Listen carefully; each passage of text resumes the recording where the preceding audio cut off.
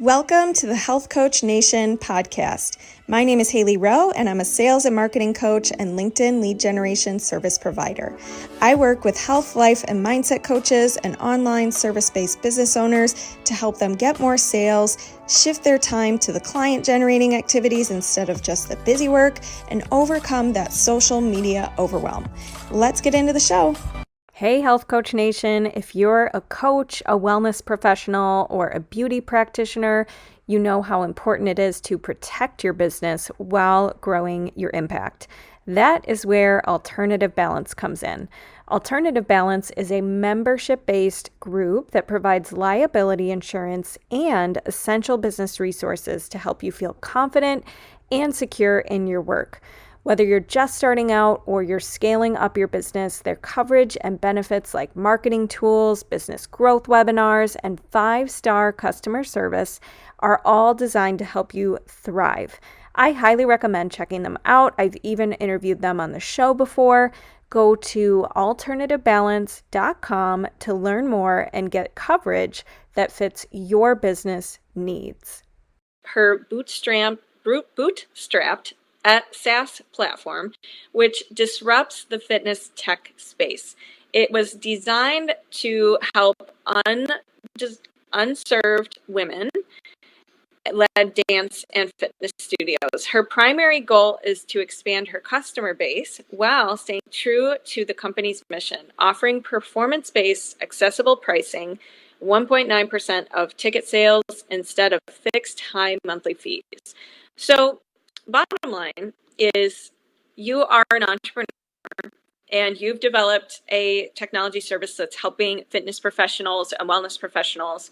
But you mentioned to me in our talk before this podcast that marketing was not your jam or expertise or thing, but you had to start doing it to grow this business. So we're going to get into that today a little bit. But before we do, can you just share with me what made you want to make this platform and what is it? And tell me a little more about that. Yeah, so thank you so much for having me on. First of all, I've watched your show. I'll be honest, relatively recently started watching it, but I've learned quite a bit, and I love the show. But essentially, so I started my journey when I was let go from my job as a software developer. So I've been a software developer my whole professional career, and the company I was working for just decided to let go of all the Canadian developers, just the whole team. So it was kind of a shock, I think, to all of us. So there I am, I'm jobless, and my friend said, "Oh, okay, you have no job, so I'll take you out to lunch, my treat, and I'll tell you about this app idea I have," which I'm sure anyone who's in business has heard, listen to my app idea. And then you're stuck in a conversation listening to their app idea. And it's just awful because you can't tell them it's garbage and you can't, because they're your friends. So you have to listen and be like, yeah, that could be cool. So I went to lunch with her and she kind of said, right now in the dance space, they're using gymnastic software to run their competitions and it just doesn't work. So she was saying, can you build something for dance? So I'm like, sure. Can you get people to use it? To which she said, yeah, I can do that. She's a dancer. She's pretty big in the dance space.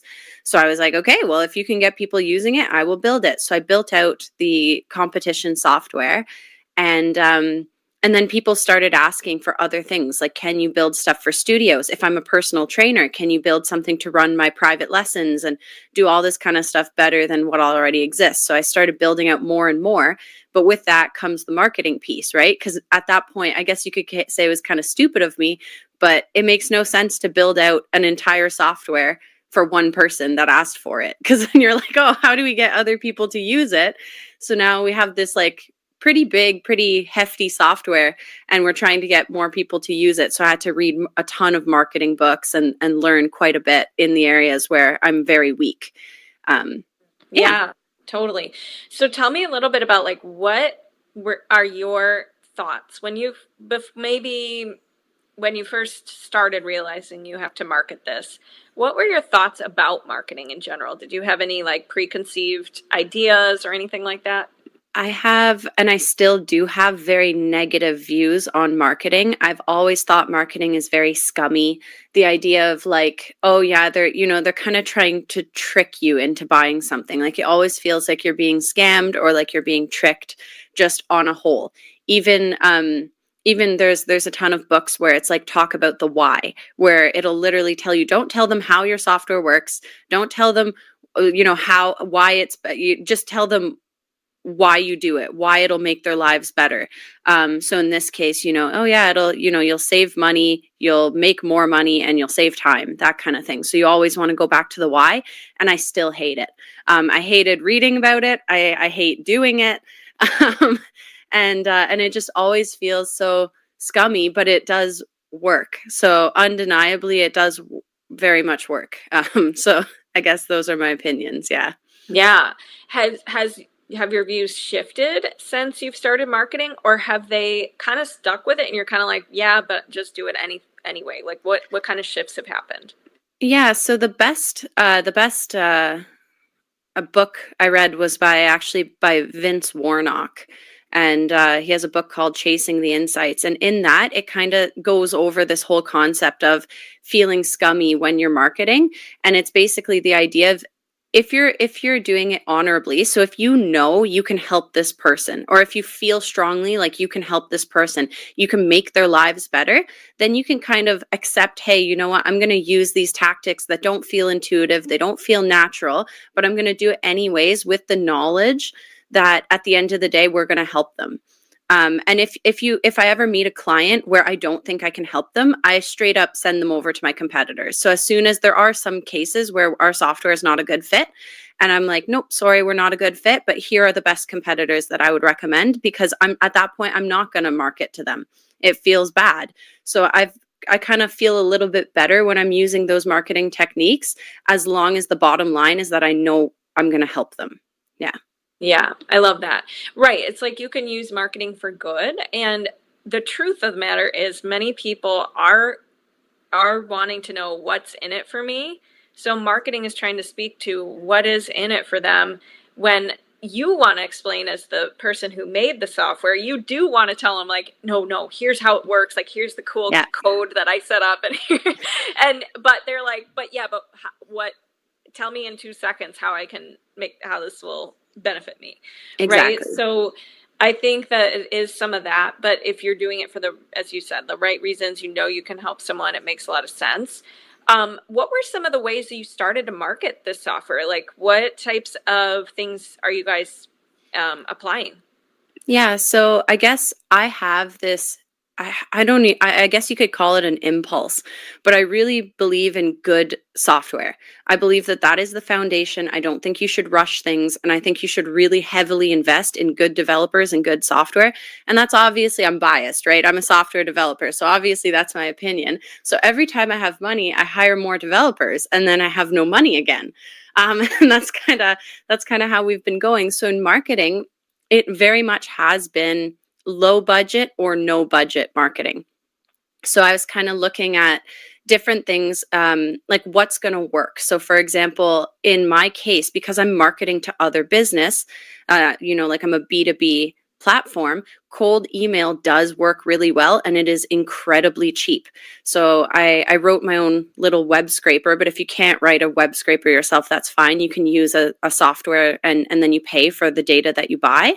But basically what it'll do is it'll And you're go talking through about you buy the emails is what we're talking about. Yeah, right? so if you can write them yourselves, it's free. You just run, if you have because I already have a server set up, you can just run a little, a web scraper. It goes around and scrapes the emails off of Google Maps in my case. Because I'm like, hey, I want to target studios. So I'm going to look in Canada for studios, go on Google Maps, look up these search terms, and then it's going to grab those emails off of Google Maps and then make a list of them. And then you can add additional checks, like go to their website, see if you can find their name, see if you can find other information about them. And then you can set up automated emails to those people. And because they're business owners, they're going to open it. You have to think, if I'm like a customer, I'm not going to, like, if you send me a random email to my personal email, I'm not opening it. But if you send an email to the Eventist email, I'm going to open it, because it could be like, I'm going to open everything, right? So because I'm targeting those businesses, the cold email did work incredibly well. So I sent out, a bunch of emails, follow-up emails, try to make the subject lines like catchy or at very least like intriguing, and then they'll open and read about it. And we had really great response from that. And in totality, it cost like $100 Canadian to do. So it cost nothing, and it brought in probably about 20 something studios. Yeah. Wow, amazing.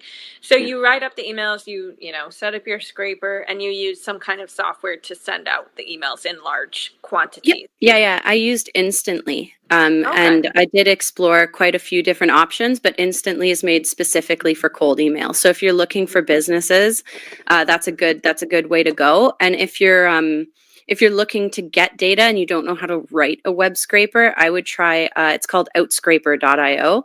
It's a really great software for getting emails, and you can kind of define where you want to get them from. Are you looking on Google Maps? Are you looking on LinkedIn? Different things like that, and it'll get you a list of emails. It is costly to do that. Like, I would say, don't quote me on this, but maybe for like 10,000 emails might be like 500 USD. So it is, that part would be costly. But if you do know a developer, web scrapers aren't that hard to write. Ask them to write you one.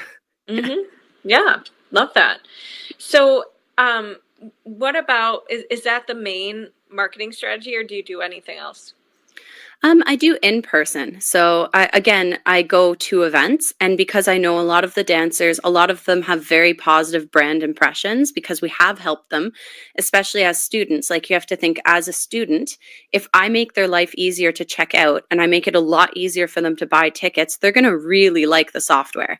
So because of that, I'm able to get into a lot of these little events for free, or sometimes for a small fee. And then I go there as a vendor, and I'll give out, so for example, if there's like loud dance music at some of these, I'll have free earplugs and stuff, because then people will come get a pair of free earplugs. It costs me nothing to give those away for free. Well, not nothing, but very close to nothing. And then you can chat with them about the software and raise awareness. And then because a lot of the studio owners are at those events, I'll kind of say, oh, look at this checkout. Like, wouldn't you like to use this checkout? And they're like, oh yeah, this is amazing. I love how this, I love the experience. So I'm like, perfect. Go get me your studio owner, like, go bring them over here. And then they do. And then I'm able to chat directly with the studio owner. So Nice. most of our marketing is in person, cold email outreach, and then just Instagram itself. So I've been posting, as a software developer, any new sport that wants to use our competition software, which is separate from the studio software, but we do the competitions as well. So if you want us to do it, I will come and I will train and I will compete in whatever sport you want me to. So we'll build you the software and then I'll show up. So in November, I'll be arm wrestling. And I just a couple months ago did an international summit level salsa competition. I came last, but I did go there and I competed and I tried my best, and then I just document myself practicing, and people seem to really like it. So that is so cool. That's such a cool, unique concept to, and that's what you post on Instagram. Like, you show yourself doing those things. yeah, I show myself training, and like the that's people so cool. overwhelmingly have been so kind. The number of like professional dancers that have offered me free private lessons, and I don't know if it's because they feel bad for me. If they're watching me, they're seeing me on Instagram trying to learn how to spin, and they're like, this poor woman. Like, but yeah, there's been tons of people that are like, let me help you, girl. And I'm like, okay, thank you. So I love that. Oh my gosh, that's so cool. So I think what stands out to me about that is you're not just like doing what everybody else is doing, post with a software company. Usually with those, it's like posting about it's like very boring posts. Yeah. And you're actually taking it one step further and showing how you're interactive with your customers, and you're involved, and you're living the example and doing the things. So I love that. Is there anything with Instagram in particular that you had to either learn or unlearn, or things that you'd share to somebody listening who's like, yeah, I want to use Instagram for my business and I don't know where to start? So this wasn't learn or not learn, but I do, as a developer, I know like most of my friends are developers. I know developers at Meta. So what I can say is that when you're posting, if you add no hashtags to your post, Instagram is not going to know what to show it to. So it's going to show it to your followers and your followers' followers.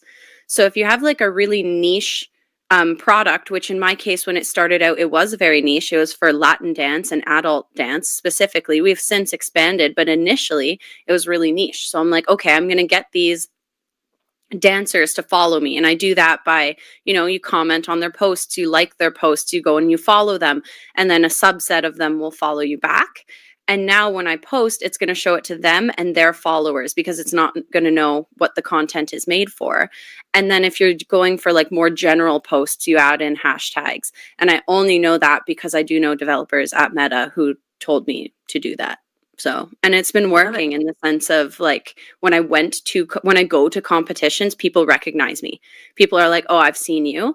Whereas when I'm like walking down the street, no one knows who I am, So, yeah. Okay. Yeah. So you're saying if somebody has, let's say, I do marketing and sales coaching for coaches. If I use hashtags and I want to get in front of more coaches, it'll help with that. If I don't use hashtags, but my followers are a collection of coaches and regular people, it'll show to their followers. Correct? Yeah. So if your followers, so like in dance specifically, the bulk of people who follow dancers are other dancers, right? Mm-hmm. So it's going to be showing it to the people you want to see it. Whereas if they're all friends and they all are, yeah, exactly, following each other. Very cool. And then if you use a hashtag, it's just going to be more broad. So if I use like a dance hashtag, it's just going to show it to people who like dance on Instagram.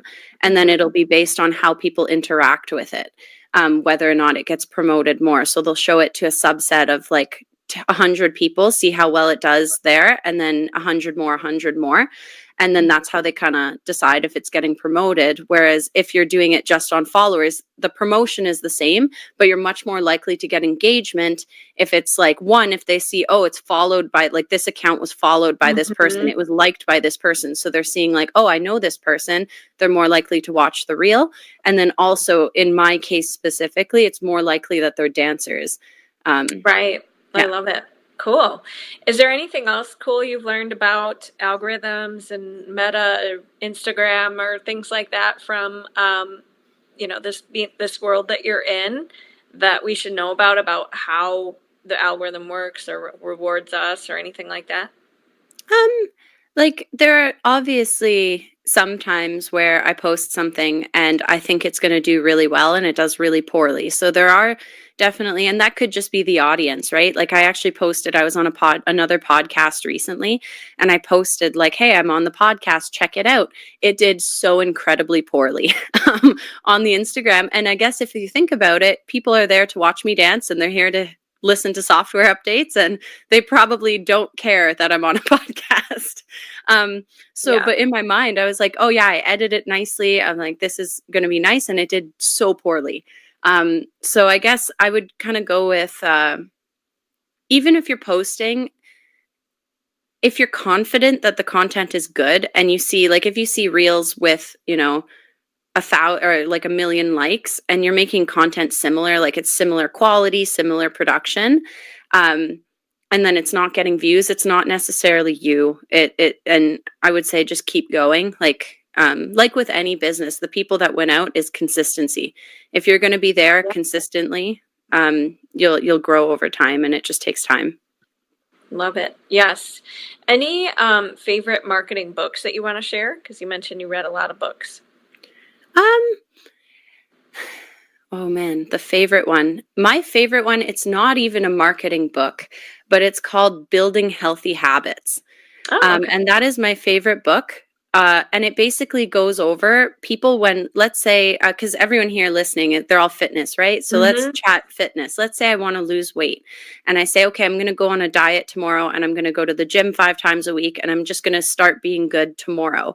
And then I try and I fail. A lot of people feel bad about themselves, or they feel like, oh, I failed, or I have no willpower, or they think that they're the problem, but it's their approach that's the problem. So Building Healthy Habits just goes over. Basically, the approach is, okay, you know what? I'm going to buy a gym membership and my goal is going to be to go twice this month. Mhm. And then you just kind of build on it slowly. Once you get used to going twice a month, you just accept that you're going to be throwing most of that money out the window for the first few months, and you just slowly get better because people are comparing themselves to the fitness experts and looking, and they're going, "Oh, I'm clearly a failure." No, you're not a failure. You've just never done this before, and you're doing too much all at once. So it's the idea of, if you want to learn any skill set, just do it in little chunks and just be really consistent. And when you feel used to something, then it's time to add something new in. So same thing with Yeah. marketing. If you're doing cold email, you're like, you know what, let's fiddle with that for a month. And once you get used to it, you're like, this is part of my life now. I'm used to it. Now let's explore something else. So That's you a just great kind of tip. do it little. Yeah, Yeah. great tip. And it's so funny because I work with so many people who teach that, like habits and healthy habits and small steps and small builds. But yet, when they start their business, they want to do everything all at once, and they want a Yeah. shiny object, and they want to just get overnight, viral success. And it's Yeah. like, whoa, you're going to burn out so fast. And they have to like reapply what they've learned with habits to business Yeah. and learning that. Any other advice you want to share with our audience if they're feeling like, okay, they're in it right now, they're in the phase where they got to market, they got to put themselves out there. That doesn't feel super good or natural to them. Any other things you want to share with them? No, other than, yeah, so starting small and building, like starting small can actually be really beneficial. So we purposefully, when we launched, we had 8 studios that we worked with for 6 months, and it was just not open to the public. And during that time, we found so many bugs, so many issues, so many things where it didn't work the way they had initially thought. So we had to rework stuff for them.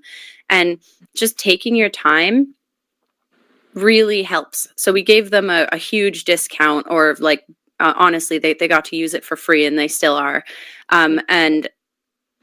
But that gave us the ability to build out proper stuff, and it also gives us the ability to get testimonials, right? Yeah. So then at the end of it, so if you do like this pilot program where you help people, even if you're giving your time for free, at the end of it, you get these testimonials that are incredibly valuable, because then they're grateful to you for your help, and you're grateful to them because they've helped you like work out any kinks in your program or your software or whatever it is you're building. And then that way, when you launch, you don't have to worry like, oh, is stuff going to break? Do the pipelines work? Because even if you're a coach, you probably have pipelines and newsletters and things. So you want to make sure all of those are like working well before you're going to open it to the public anyway. So you can still build interest and go, hey, we're going to launch soon or whatever. You can still build that, but it's the idea of starting small, even if there's a surplus of interest, and then only launching when you feel confident in everything. Yeah. I love that. And that has to make me ask you though, because you said you invest in a lot of developers, you don't really have a marketing budget, you're reinvesting into your company. Yeah. How do you manage the mindset? Because some of the people listening here have a day job or have a partner who pays for everything or whatever, and they don't have to worry about, oh, I need to make cash in the first month of this business to survive. And I think it's kind of an important energy level to have with your business, to not expect it to provide for you in the beginning so that you can come at it with what you're saying. Like, I'm going to, maybe get my first testimonials, things like that. But some people are saying, oh, I've quit my job, I'm doing this full time, and they feel pressure on their business to provide for them. Mm-hmm. Any advice? Have you ever felt that, number one, and or did you like set yourself up before you started this business and save up or whatever? How did you approach that, part one? Yeah, so I guess maybe I'm the wrong person to ask for that. I actually am still working full time. Okay, so that's I'm perfect. Okay. Like, I don't know, not to toot my own horn here, but I am a fairly highly paid developer. So it just made no sense to quit a high paying job if I can use that money to hire some junior developers and then review their PRs, so on and so forth. So we have like, I hire new developers when the company is making enough in monthly revenue. But other than that, the safety net is just because I'm still working, even if even if it doesn't do well, we can still maintain the core product pretty much forever, and it costs us nothing to do. And that way our current users don't have to worry about us ever shutting down or things like that. So I might not be the best. No, that's actually perfect. that proves the point that you were able to approach this slowly but surely with an open, creative mind and ideas and not have the pressure on your business. Yeah, So it probably led you to approach it the way you've been approaching it, which has been exactly. working because you kept your full-time job. Exactly. Versus, and I think there's different types of personalities. Like, I think there are some people who they thrive in that, like, I'm going all in. This is all I'm doing. It has to work. There's no plan B. But Yeah, I think it's a small percentage of people. I really do. I think most people do better when they transition, when yeah, they keep their job until their business is consistently performing. Like, exactly. do you have any thoughts on that? Not other than it's a lot of work, right? So and because we have all developers, when people need customer support, um, the developer is like really, I'll go with like on the whole, I'm an all right developer. There's a huge difference between someone who's okay and someone who's phenomenal. So most of our developers are phenomenal. They're really, really good, but they're not very personable. So you can't throw them on a customer support call because if someone was confused about something, they'd be like, "What are you, stupid?" You know, like they're not well placed for that kind of job. So I am mostly on those support cars, and it can make for long days. So you get the security and the safety net, but on the trade-off of you are working two jobs, you know? So it's kind of, it is be ready to work a lot, but just know that at the end of that, it gets easier in the sense of you'll find processes to make customer support easier. In our case, every spot in the website now has a help button that if you click, it brings you to a hyperlinked YouTube video of me showing you how to set things up. And that was just because I was on so many calls where I'm like, I can't just be on calls all day. So you have to like find ways to make life easier for your clients. And that comes from being so busy where I'm like, we have to find an alternative. But if I had no job, I might be like, yeah, you know what, whatever, I can be on calls all day. So some positives come from that. Yeah. 100%. Yeah, there's pros and cons to both options. There's the, feeling probably more stable and secure if you have a day job, but then you are working two jobs, or you don't have that job, you have more time freedom, but there's that pressure probably financially. So it's kind of which hard do you choose? Both have hardships. Which one are you, more committed to? And it's funny you say that coders and engineer software people don't have the social skills, because every serious relationship I've ever had has been with somebody who's like a coder or like into like tech stuff, but they're always the ones on the team that do the client facing stuff because they can still be social. Like they later both have told me that, like, I'm the person on the team who doesn't have the social issues, so can do that. Okay. Yeah. So in that case, that would be me. I'm always like, every job I've had, I always end up somehow client facing because they figure out, oh, whenever we need a developer on a client facing call, we'll just throw Ciara on there. And it's just, and then the other they said it's rare to find somebody like who does both well. So, but one of the developers on our team was talking about like, he was like, oh, my girlfriend wants me to go shopping this weekend. And like, I hate shopping. He's like, this is going to be awful. He's just going on and on about it. And I was like, okay, so, when you're talking about computer parts or buying a new computer and you're doing research, you know how you love that. And he's like, yeah. I'm like, wouldn't it be nice if your girlfriend like partook in that and started conversations about it and followed up? And he's like, yeah, that would be great. And I'm like, for her, that's shopping. There's no right way to spend your spare money, and there's no right way to spend your free time. So if she wants to go shopping and it brings her joy, try to figure out why that's making her happy and like partake in it. And he's like, that makes sense. I'm like, yeah, there we go. Go out, have fun. So funny. Oh my gosh. Okay, so where can people connect with you and find you and your company? Yeah. So if you give us a message, our main Instagram is eventus.ca, healthcoastnation.ca. So if you send us the word health, because this is Health Coast Nation, so send us the word health and we'll get you set up. So usually if you're a studio, obviously we'll give you a lifetime pricing at a lower percentage than you otherwise would. And if you're just a regular business looking for help, we'll see if we can help you.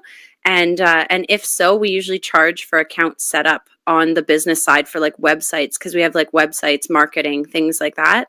And we can do the setup for you for free. And that way you don't have to pay for it.